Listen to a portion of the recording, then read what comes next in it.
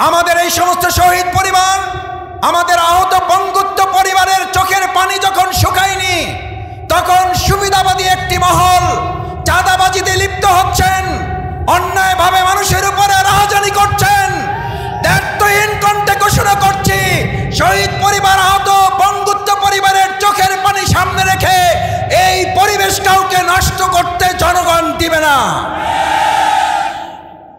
কেউ যদি সেই চেষ্টায় সামিল হন, তিনি বাংলাদেশ জামাত ইসলামী ঢাকা মহানগরী দক্ষিণের কোনো কর্মীও যদি হন, তিনি ঢাকা মহানগরী দক্ষিণের সেক্রেটারি শফিকুল ইসলাম মাসুদের যদি ভাই হন, বাংলাদেশ জামাত ইসলামী পরিষ্কার ঘোষণা দিয়েছে তাকেও বিন্দুমাত্র ছাড় দেওয়া হবে না। কারণ এটা অসংখ্য শহীদের রক্তে রঞ্জিত আমাদের নতুন স্বাধীনতা।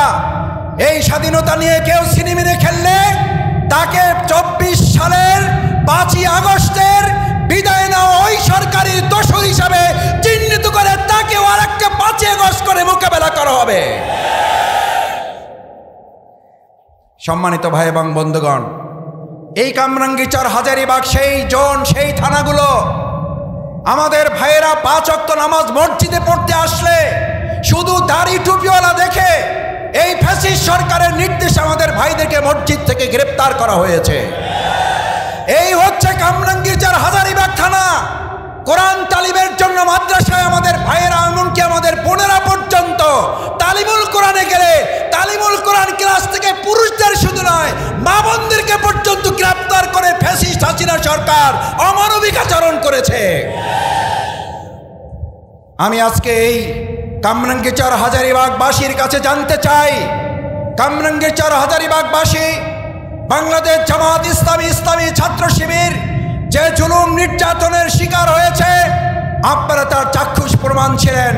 শুধু জামাত ইসলামী, ইসলামী ছাত্র শিবির এই ফ্যাসিস্ট হাসিনা সরকারের নির্যাতনের শিকার হয় নাই, বরং পুরো হাজারীবাগ কামরাঙ্গীরচরের সমস্ত সাধারণ জনগণ তাদের নির্যাতন নিষ্পেষণের শিকার হয়েছেন। আমরা আপনাদের কাছে জানতে চাই, আগামী দিনে আর কোনো স্বৈরাচার, আগামী দিনে আর কোনো জুলুমবাজ, আগামী দিনে আর কোনো দলবাজ, আগামী দিনে আর কোনো ব্যক্তি, আর কোনো পরিবারতন্ত্রের জুলুম কি কামরাঙ্গীরচর হাজারীবাগ সহ্য করবে? আসুন ভাই এবং বন্ধুগণ, আমরা জুলুমের অবসান ঘটিয়ে এই মুসলিমদের কাছ থেকে যে হাত জাগিয়ে আপনারা অঙ্গীকার ব্যক্ত করেছেন, আমরা শহীদ পরিবারকে আশ্বস্ত করতে চাই, আহত পঙ্গুত্ব পরিবারের সদস্যবৃন্দকে আশ্বস্ত করতে চাই, আপনাদের রক্ত জীবনের বিনিময়ে অর্জিত এই স্বাধীনতাকে আমরাও প্রয়োজনে জীবন বাজি রেখে তার সংরক্ষণ করার জন্য আজকে আমরা সবাই প্রতিজ্ঞাবদ্ধ হতে চাই। সবাই প্রতিজ্ঞাবদ্ধ হতে চাই, আপনাদের রক্তে রঞ্জিত এই স্বাধীনতাকে আর কাউকে কেড়ে নিতে দেওয়া হবে না। সম্মানিত ভাই বন্ধুগণ, আসুন, বাংলাদেশ জামাত ইসলামী, ইসলামী ছাত্র শিবির 3টি বিশেষ গুণে আপনাদের কাছ থেকে প্রমাণিত হয়েছে। আমরা সততার প্রমাণ রাখতে সক্ষম হয়েছি।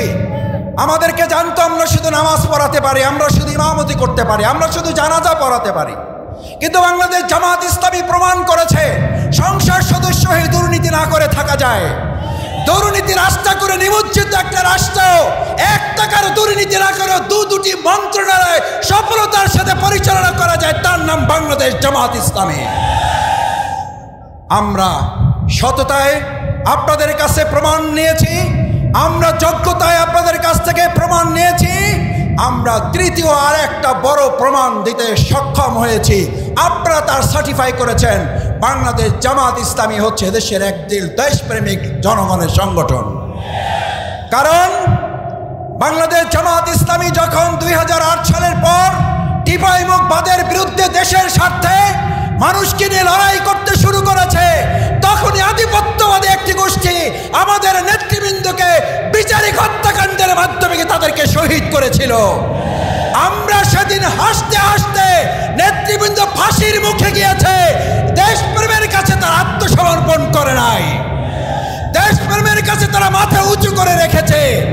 আগামী দিনেও সৎ যোগ্যতা এবং দেশপ্রেমের চেতনায় উজ্জীবিত বাংলাদেশ জামাত ইসলামী, ইসলামী ছাত্র শিবির জনগণের একটা সরকার প্রতিষ্ঠিত করে এই নতুন স্বাধীনতাকে আমরা অর্থবহ করব ইনশাআল্লাহ।